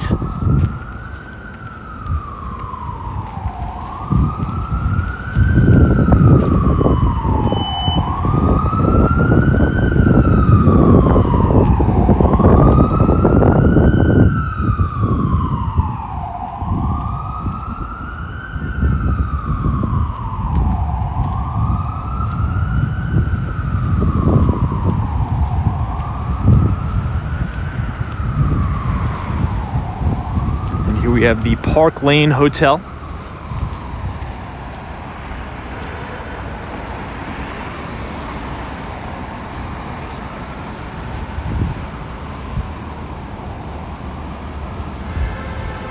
All right, I think we're up to the third book recommendation. Now, the third book, you're gonna have to get it in a PDF, okay? You're gonna have to get it in a PDF online. And I think I actually provided that to you guys for free. Now, the book is called Seth Klarman's Margin of Safety, okay? So Margin of Safety by Seth Klarman. And I think it's a better version of a lot of the books by Warren Buffett as he teaches value investing. So I think those three are a good start to understand the broader mechanics of the market. And then on the third book, you can really hammer down into value investing first. And then I think a bonus one would be How to Make Money in Stocks by William J. O'Neill, which sort of teaches and preaches the can slim style approach to investing, right? Which is looking for companies who are growing their earnings or their EPS by 25% plus quarter over quarter. Same thing with the revenue, the return on equity. Look at this hotel lobby, very, very unique.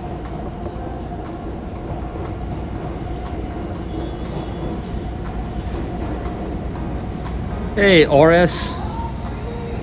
Merry Christmas to you.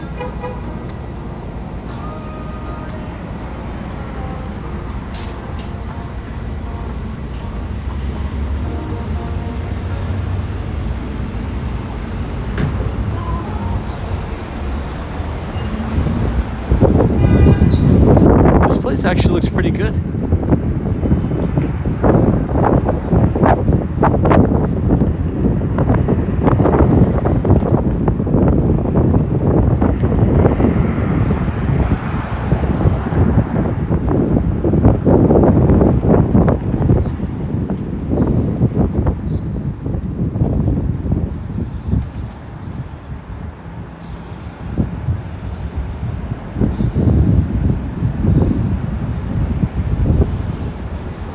I'm gonna see if I could take you guys into the subway. I don't think I've ever showed you guys the subway before. Let's see if we'll buffer.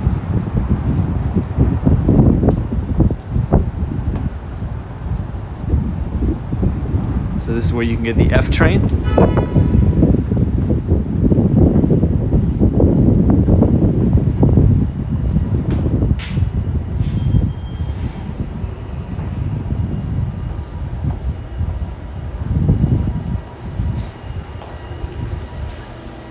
All right, here is the 57th Street subway station.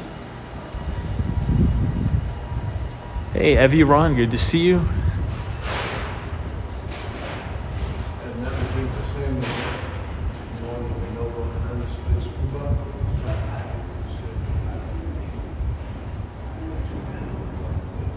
I think this is the first time streaming in the subway.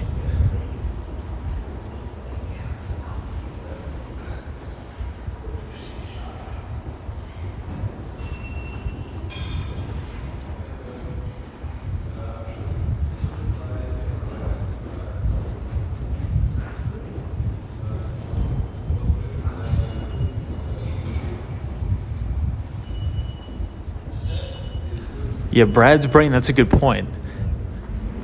What do they call that now, Brad? Do they call that leaderboard? I think leaderboard, maybe. Now here is where you can buy your Metro cards, your tickets, But you really don't need that anymore, you know, because if you actually look on the, we'll look at this one. If you look on the subway things here, all you do is just tap your card and you can go in the subway. Very seldom do I go in the subway for obvious reasons, why I think you guys could see down here. It's sort of like an underworld of chaos.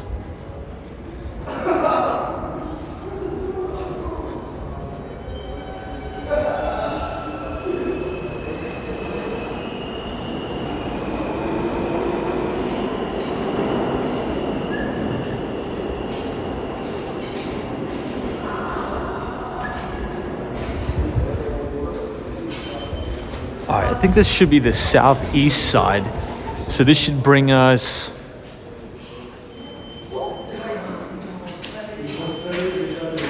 Yeah, this should bring us right adjacent, I should say, from the Hilton Hotel. I don't think I've ever walked the full length of the subway platform. So, thank you guys for joining me for doing that. Smee Media says I used to take the subway an hour each way to high school back in the day. Yeah, I used to take the train down to Wall Street every day to work. So I would take the LIRR to Penn, and then I would jump on the 2 train and get off at Wall Street. That was a brutal ride. Lower Manhattan is very, very cold. Yeah, Will M, I'm impressed it didn't buffer as well. Crazy.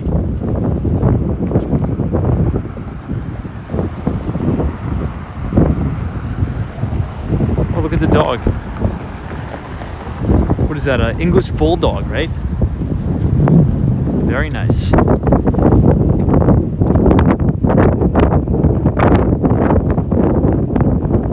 And here you have the flagship Hilton Hotel.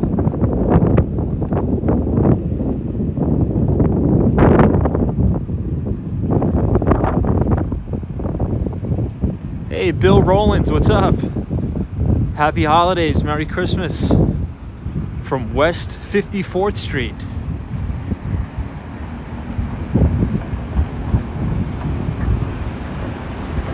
Yeah, Lila, you're right. You make a good point. It's very unfortunate.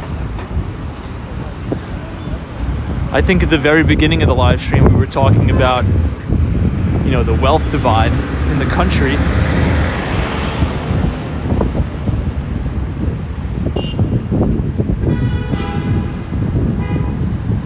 Oh, Vinny Castellano, I got your email. I'm gonna be reading the book. I'm gonna try to carve out some time over the holidays to do it. But I got your email, man. So I'm looking forward to it. Thank you for sending it to me. I appreciate it. And I'm looking forward to reading it. Hey, Vonda Howard says, thank you for being so dedicated, Tom. I know how cold it is. It's -14 where you are. Whoa, that's crazy. Yeah, it's not like crazy like that here. It's maybe, I think, what, 20 degrees? But wow, stay warm, please. -14.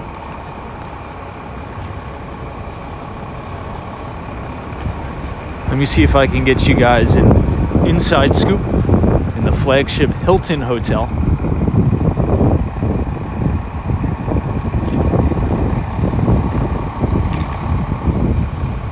Hey, Ken Glass. What's up, Ken? Now, these are the heat lamps at the hotel.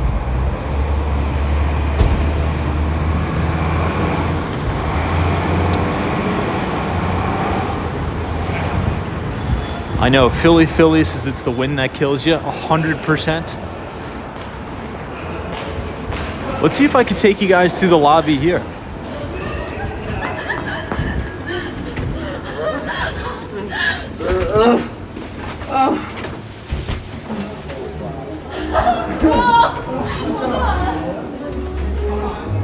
right, so here we are in the inside of the Hilton Hotel. It actually smells really good in here. Holy cow. Now this is one of the flagship Hiltons, so it is all redone and remodeled. Now, through here, this actually used to be a bar called the Icebox or Igloo. I'm not sure if anybody remembers that, but it was a bar where everything was made of ice. Does anybody remember that? I forget what it was called.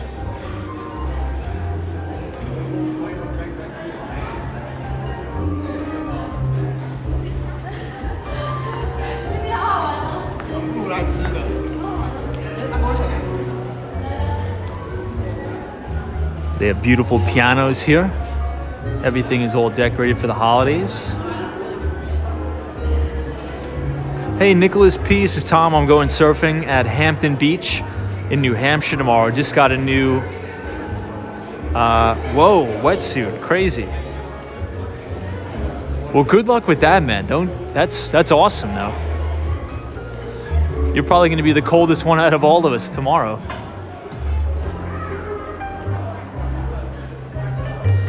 Now, I think you guys know me by now. You know me very well. This is my favorite kind of music ever. What was just playing, like the light jazz elevator music, my favorite. Now, I know we've been talking a lot about specific investment books on the stream, but I want to give you guys a recommendation of a musical artist I think you guys should check out this holiday season. And he goes by the name of Chet Baker. So check out Chet Baker, fantastic jazz musician. I think you guys are going to enjoy playing that at your holiday gatherings, parties. Hey, Bagels and Walks. Good to see you. Merry Christmas Eve. Wishing you and your family a very Merry Christmas. As we walk through the main lobby here. Now, you know what's funny? Minnesota, December 29th at 2 p.m. at Yankee Stadium is playing Syracuse University in the Pinstripe Bowl. But I think the Syracuse University men's soccer team just won the national championship. So congratulations to them on an amazing achievement. National champions. I think first time in school history winning the men's college cup. Team from New York, so I guess that's good. Now here's the cafe area where you can order food, get some coffee. Ah, you're right. Antonio says, hey, Tom, it was -5 ice bar. That must have been like 7 years ago now, right? Robert A. says, great move about Chet Baker. I'll tell you my favorite song, Solar. Solar by Chet Baker. It's fantastic. And it is from the Riverside series.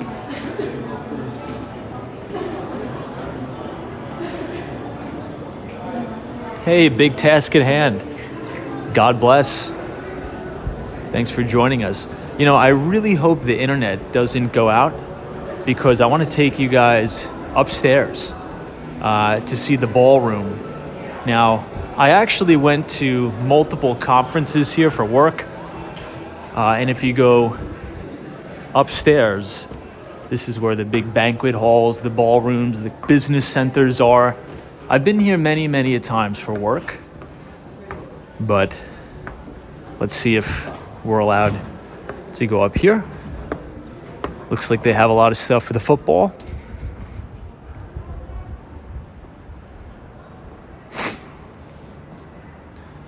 Steph UH, thank you so much for that recommendation.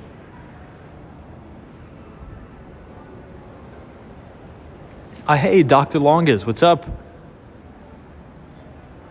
Welcome. Merry Christmas Eve Eve. We are here at the ballroom at the flagship Hilton.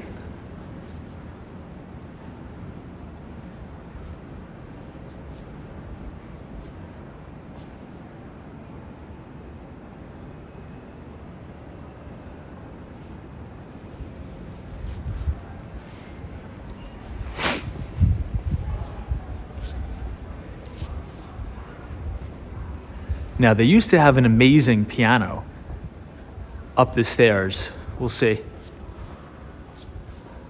Hey, Vinny Castellano says, yeah, Tom, Chet Baker, Riverside album, Volume 1. My favorite song is Do It the Hard Way.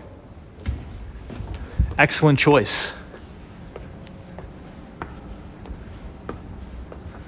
Billy says, I like the fact that your music taste spans all the way from Chet Baker to 100 Demons. I know.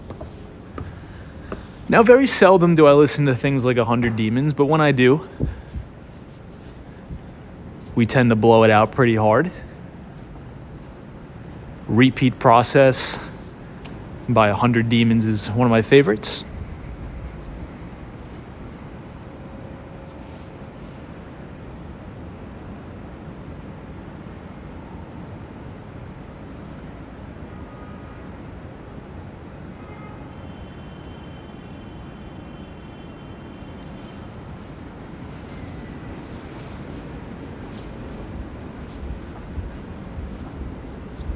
All right, now we will head down.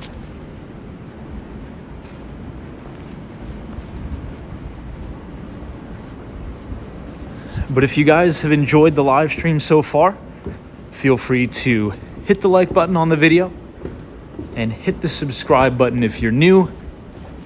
We go live at 8:30 p.m. Eastern Time, roughly 5 days a week, and we'd love for you guys to join us. We usually discuss the financial markets, but usually around the holidays, we tend to take it easy.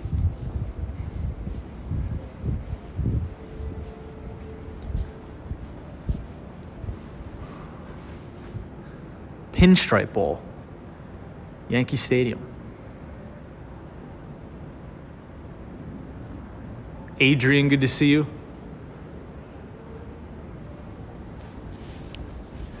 Any other recommendations for good jazz musicians? I think Chet Baker is probably up there.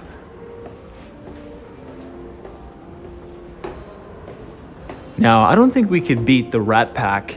Rat Pack is fantastic. Sammy Davis Jr., all the greats.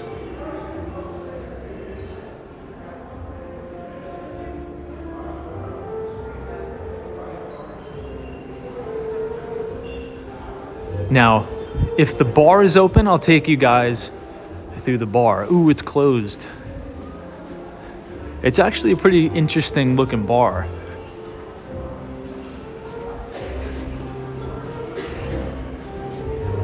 We'll see if it's open on the other side. I'll show you guys.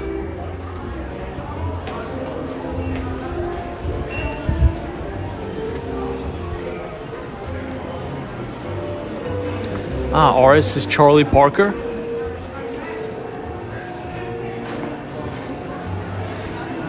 The bar is open. The Bridges Bar. Now, I think SME Media has a tab open for all of us, so don't go too crazy, but feel free to get what you want. We're going to be billing it to SME Media's tab.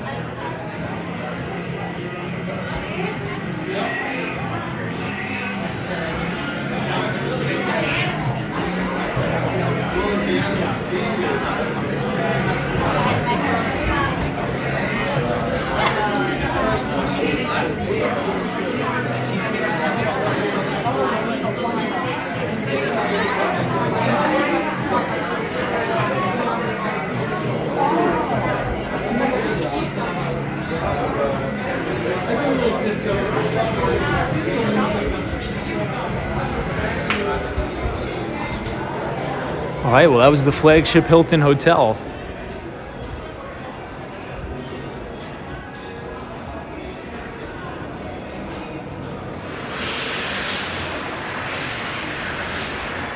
Ed T, I don't personally. But you know what I do drink way too much of? I think I told you guys this. And no, it's not coffee. I probably do drink way too much of that as well. But more so than that, I drink a lot of club soda, a lot of seltzer water. A lot. Joe Driver says, Tom, try Dave Brubeck. Great sound of jazz. Let me take a screenshot of that. I'm always looking for jazz recommendations. Tom Jobim, Album Wave, thank you. Expert enough? I do think so, in time. Maybe not now, but in time, I think.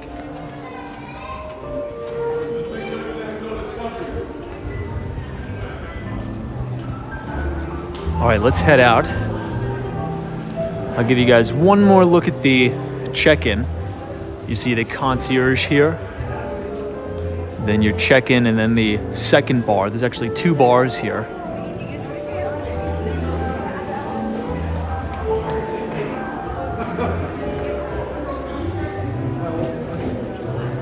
All right, back to Grand Central Station we go. I got to go back to the office. I got to get the laptop.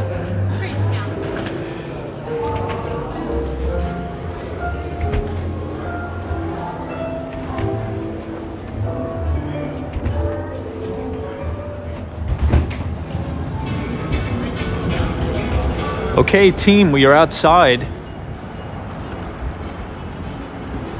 Looks like we have some guests arriving to the hotel. All right, you know what? Now that we're getting close to the end of the stream, you know what's one job I really, really want to do, and I would do it if like money wasn't an issue or anything like that? I think I would be a bartender. I think it's just so cool to work at like a very upscale bar, like an upscale hotel bar, make all the drinks, talk to the people. I don't know. I think I could do a pretty good job.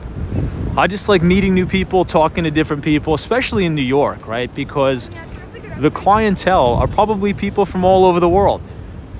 You get to interact with them, you get to talk to them, ask them about their life. I think that would be if money wasn't an equation, right? And you could just do whatever you wanted to do, I think I'd do that. I think that's what I'd do. I'm serious. I think that's actually what I'd do.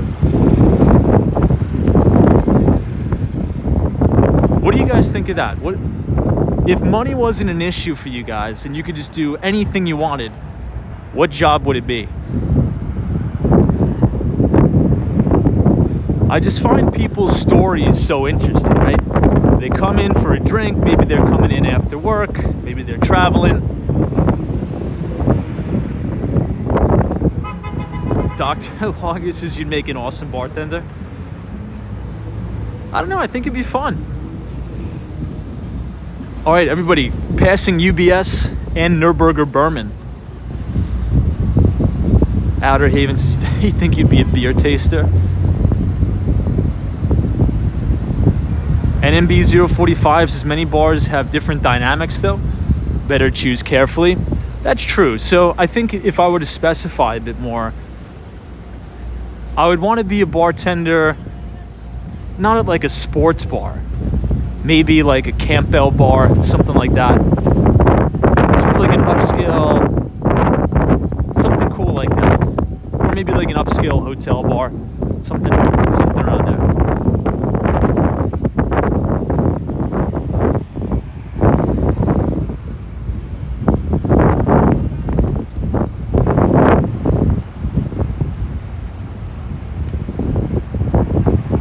Somebody says maybe a Rolls-Royce chauffeur. Interesting.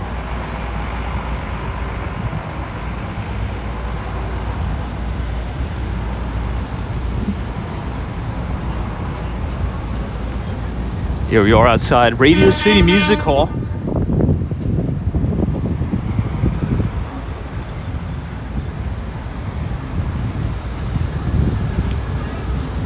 Wow, you want to see something crazy? I guess it's so cold out that you could see the steam coming off of the fountain here. What is that, water vapor? Like water evaporating?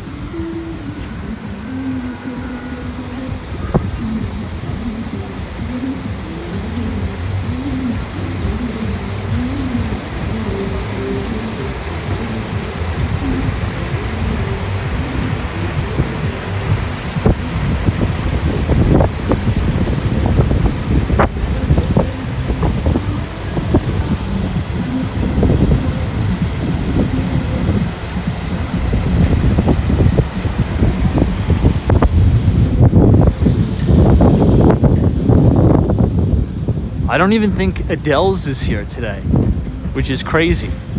Usually Adele's has a crazy long line right here. Maybe it's too cold for them to be out. I think this is the first time in history I've ever seen them not here.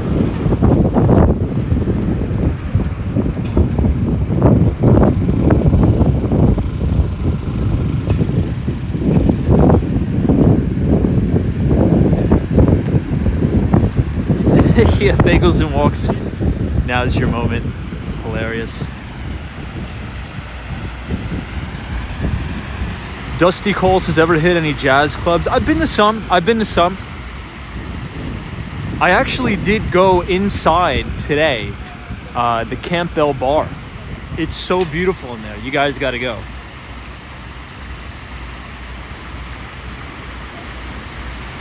Brad's brain. This is your dream job is the same as every gym rat. You just work out all day.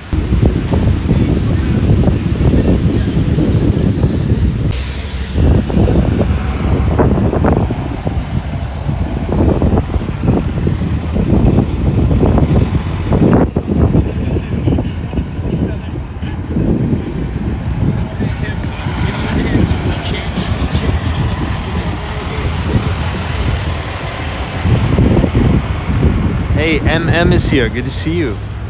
This is Tom. Are you cold? Not really, to be quite honest.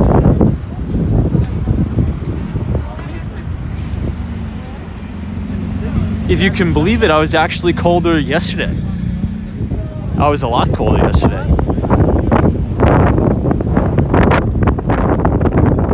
And another thing is, it's not really that cold. I mean, thank God New York didn't really get the very, very cold weather. Feels like 20 degrees. Now, I think also the vast majority of it is in your head to some point. That's not to say go outside and don't dress warm. Just be a normal person, dress warm. But a little cold never hurt anybody.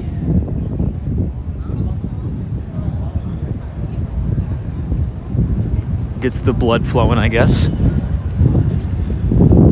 Now, you know what's something I just couldn't, believe?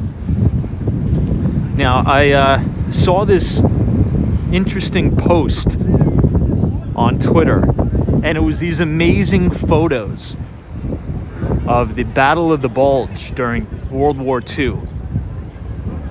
And I can't even comprehend how these guys would sleep in holes with little blankets, no shelter, for literally a year, fighting in freezing cold conditions.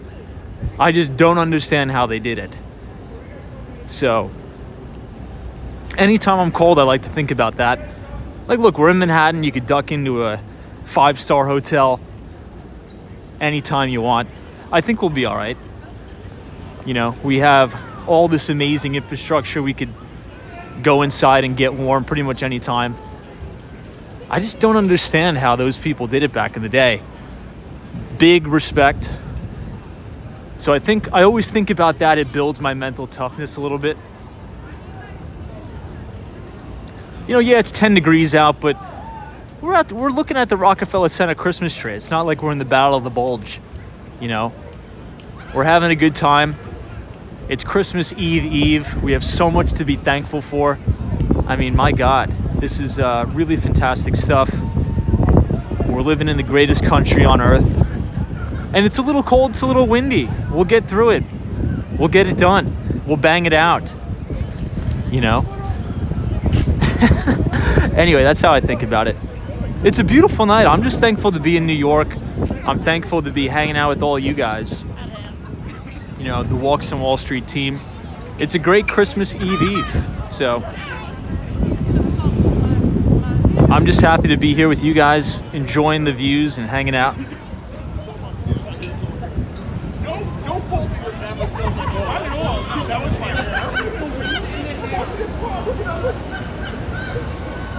But we do have to head back to Grand Central Terminal, though. because we've already been streaming for 2 hours. What the heck? That's so crazy. Time flies when you're having fun, I guess. I'll take you guys back with me to Grand Central. Now, this is the first time I've ever worked out of this particular WeWork, and quite impressed. I think it's one of my favorite ones. Wow, this is a really nice shot right here. You can see the NYPD police cruiser and all of the steam pouring out on 5th Avenue. Wow, Brad's brain says my grandfather fought through the Battle of the Bulge. According to him, Patton saved them when all the ammo ran out. Jeez, dude. Well, thank you for his service.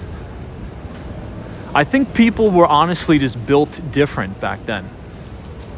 I honestly just, like, if I'm being honest with myself, I don't think I could do it. I don't think I could do it. I don't think I have the mental fortitude, the discipline to do it. So very thankful for those people. And now we have all these amazing freedoms.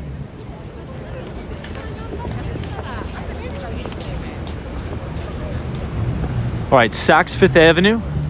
We're gonna wait for the light, cross over. Hey, Sandra Dickinson, good to see you. Sandra's our good friend from Canada.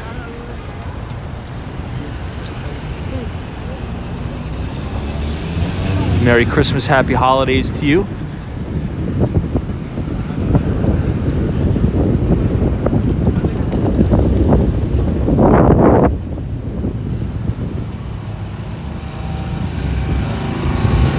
Yeah, Dr. Longus says, Tom, I think you're right. They were the greatest generation.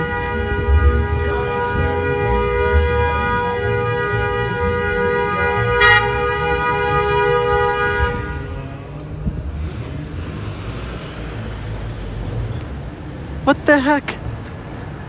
Unnecessary horn blowing. -2 points. Anytime you're blowing the horn, you're blaring on the horn, banging on the horn, hammering on the horn unnecessarily, -2 points. I don't make the rules, -2 points. Yo, Vivian, you're in Miami for a wedding. Awesome. Well, this is probably the best time for you to be there. I think it was 72 degrees. My neighbor sent me a really nice photo of... I let my neighbor use my backyard. He's having a massive holiday party. And he texts me. And I'm my Airbnb guest there, by the way. And he's like, hey, we're having this big holiday party. Can I use your backyard as extra space? I said, sure, go ahead. So they have a lot of stuff set up out there for Christmas Eve under the palm trees. So jealous.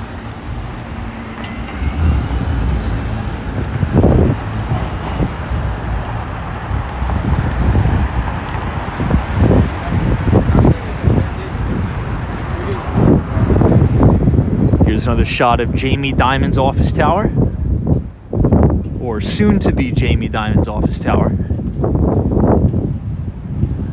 Hey, Roy S., thank you so much, my friend. This is hi, Tom, all lovely mods and chat family. Just wanted to say hi. It's been a while for me, just joining. Please stay warm. Thank you, Roy. Merry Christmas, happy holidays to you as well. Diana is here. Welcome. Nicholas P. E. Monica B. Thank you so much for joining.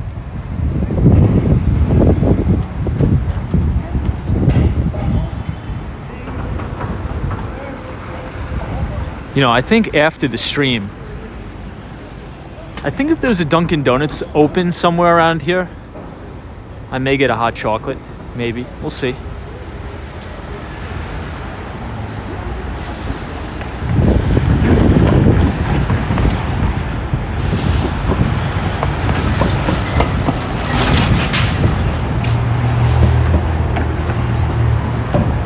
Carlos Mendez. Hey, Carlos. Merry Christmas to you. I know, Vivian, their hot chocolate's pretty good. It's not bad at all. Yeah, Michael Joseph's Jamie Dimon is getting really bearish for 2023. Now, a lot of the investment banks are, but I think after the holidays, we do have to have a big discussion about the GDP numbers that have been coming in. Because as we know, the main driver, well, one of the main drivers is GDP growth. And generally speaking, if GDP is growing, right, and moving in the right direction, that means corporate profits in America will grow as well. Corporate earnings, and then that translates into higher equity prices. So I think after the holidays, we're going to have a really in-depth discussion about that.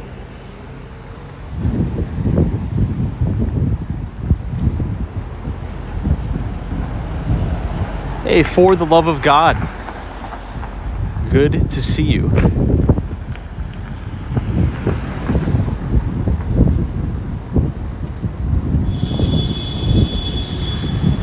Now this WeWork is just on the side, I think the northernmost east side of Grand Central. So you guys will be able to see it. Hey, Will M, thank you so much for your $10 donation. Says it's on me, Tom. Merry Christmas and thank you for the great walks. Well, Will, thank you so much for the very, very generous donation. I appreciate it. And right back at you. Merry Christmas to you. And thank you for supporting our work here on Walks from Wall Street.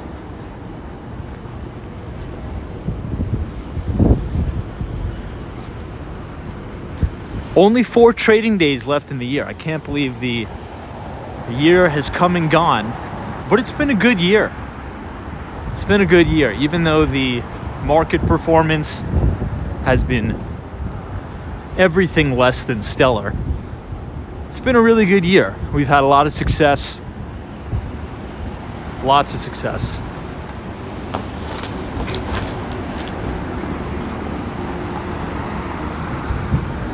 Park Avenue, almost there. This is 230 Park.